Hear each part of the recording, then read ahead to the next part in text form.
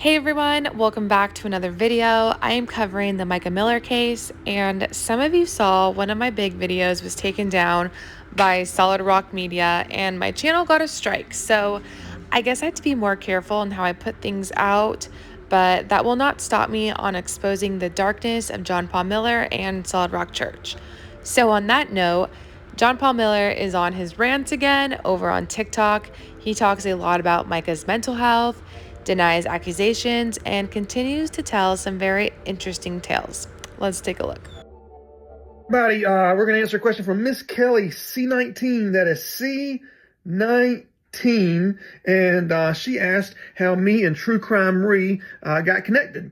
And so this unusual story, I've had people call from all over the world, Australia, England, California, Antarctica.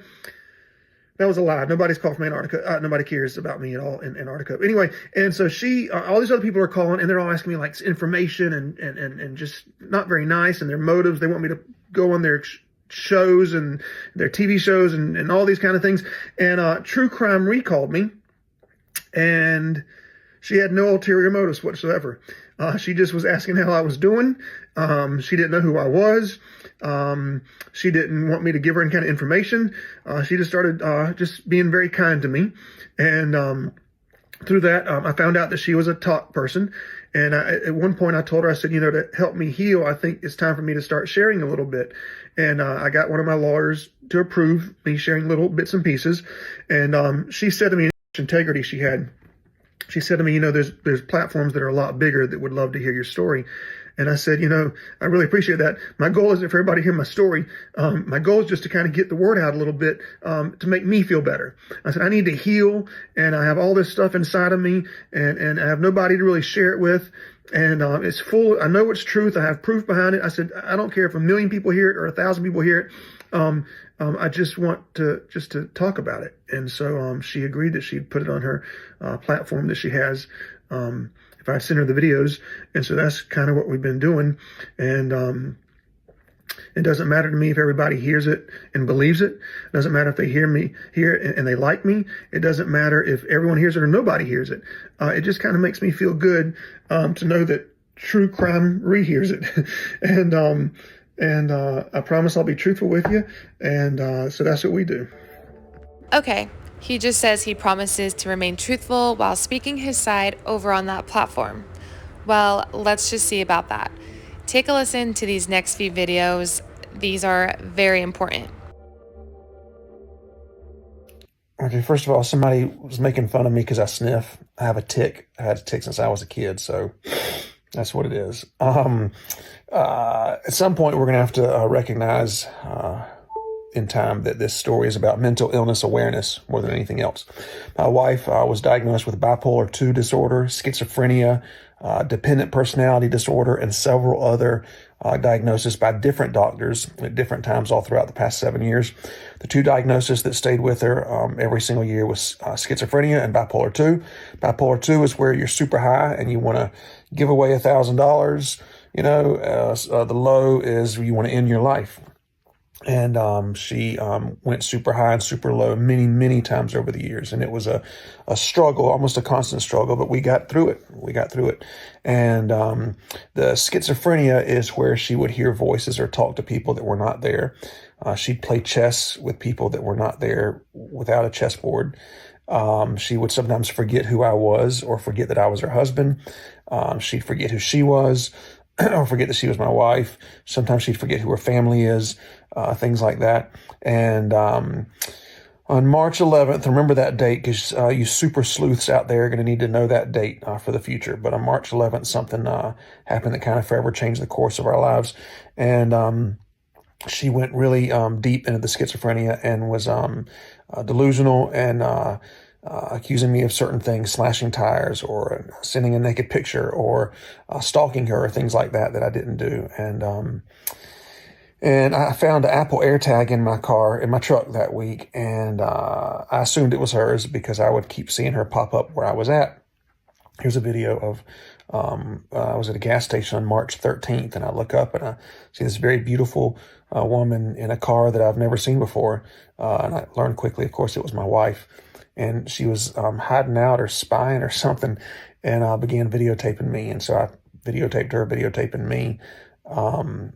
But you know, it's sad that the mental illness is sad, but we managed to always find lightheartedness in life in spite of it, and we always got through it.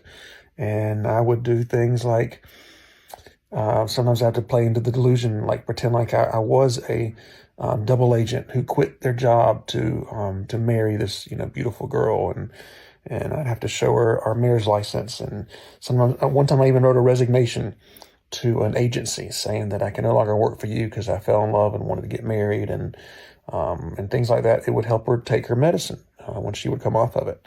And I learned that about 2 years into the marriage. And we worked hard to keep her on her medicine. We worked very hard to keep her enjoying her life.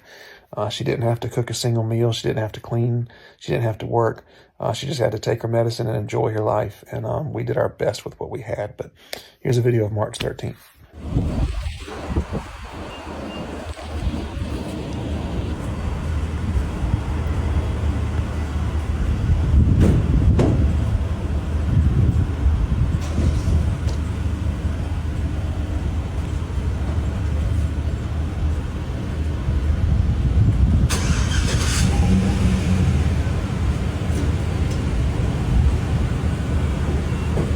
So I'm going to break down that video into pieces because he is trying to manipulate everyone watching it, just like he did with Mica.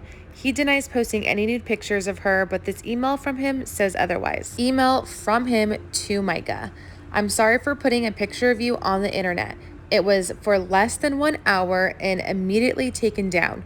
I was hurt that you were telling everyone horrible, intimate details of my past sin, and I just wanted to try and hurt you. Please forgive me. It was evil of me to do that.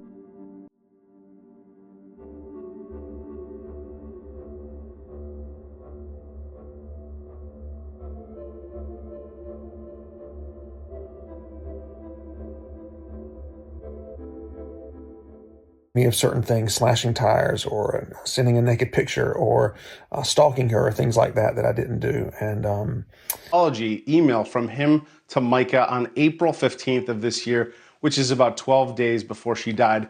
In it, he writes, "I'm sorry for damaging your car, tires, etc. If you ever come back, I will turn in both cars and get you a nice SUV or whatever car you want. Again, my horrible flesh pattern of hurting someone when they hurt me." He even tells on himself from this text message to News Nation. He says, I even hired PIs to put trackers on her car to know if she was going to a gun store because she kept trying to get a gun the past few months. I have never once in my entire life ever hurt her in any way ever. Okay, y'all, this is part B, I guess. The family, Francis' family said there were bruises on Mica's body. There were none.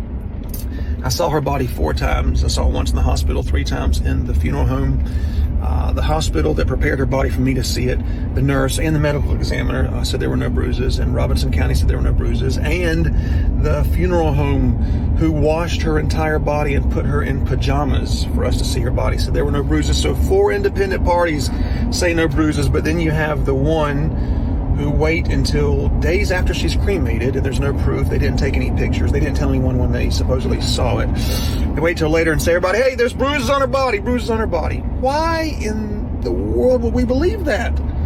I literally don't understand the logic behind it. I don't understand it. Because, let's say the Francis family came forward and said there were no bruises on her body.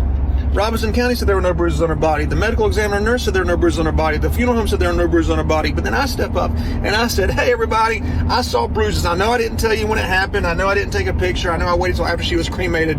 But I saw bruises on her body. Would you believe me?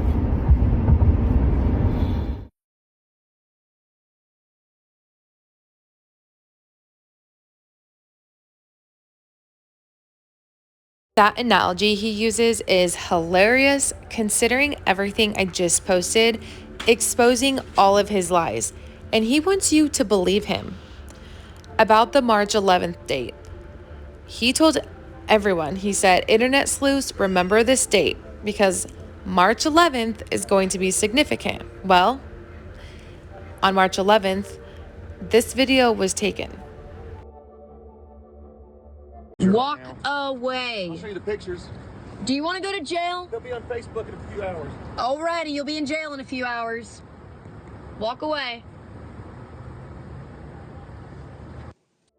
Mica made 2 complaints on March 11th. The first coming after her vehicle tires were found slashed, and the second was hours later after Mica took her vehicle to East Coast Honda to have her tire repaired.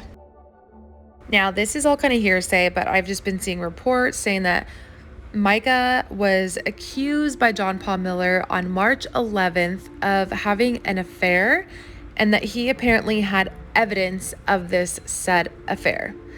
Now, I can see this kind of being true if he wants everyone to remember that date, like if that's going to make people feel bad for him or if that makes him look any better. Even if that were the case, I'm sure it's probably not true, and it wouldn't do anything for him considering that he's been cheating on Mica for years, especially with this lady, Susie Skinner. And by the way, this picture was taken about a week ago. That's Paul Miller's truck picking up Susie outside her house. Another week of some crazy stuff. This guy now has a platform to keep talking, so we should expect a lot more crazy tales to come out. But as always, I will continue to follow all of it.